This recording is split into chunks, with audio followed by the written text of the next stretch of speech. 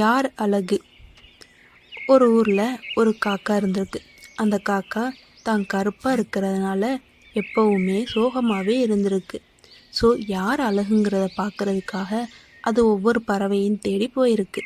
முதல்ல அது அன்னத்திட்ட போய் நீ தான் ரொம்ப அழகான பறவைன்னு சொல்லியிருக்கு.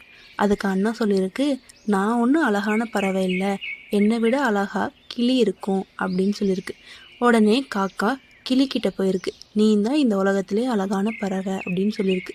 அதுக்கு கிளி சொல்லியிருக்கு, நான் ஒன்றும் அழகான பறவை இல்லை, என்னை விட அழகான பறவை இந்த மயில் தான் அப்படின்னு சொல்லியிருக்கு. உடனே மயில்கிட்ட போவோம் அப்படின்னு சொல்லிட்டு காக்கா என்ன செஞ்சிருக்கு, மயில்கிட்ட போயிருக்கு.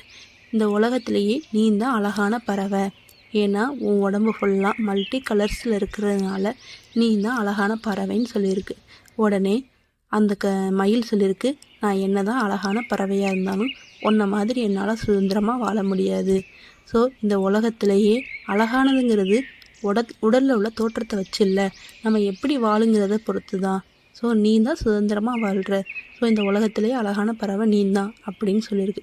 உடனே இந்த காக்கத்துக்கு அதை கேட்டோன்னே ரொம்ப மகிழ்ச்சியாக போயிடுச்சு. உடனே தன்கிட்ட இருந்த தாழ்வு மனப்பான்மை எல்லாத்தையும் நீக்கிட்டு காக்கா சந்தோஷமாக வாழ்ந்துச்சான்.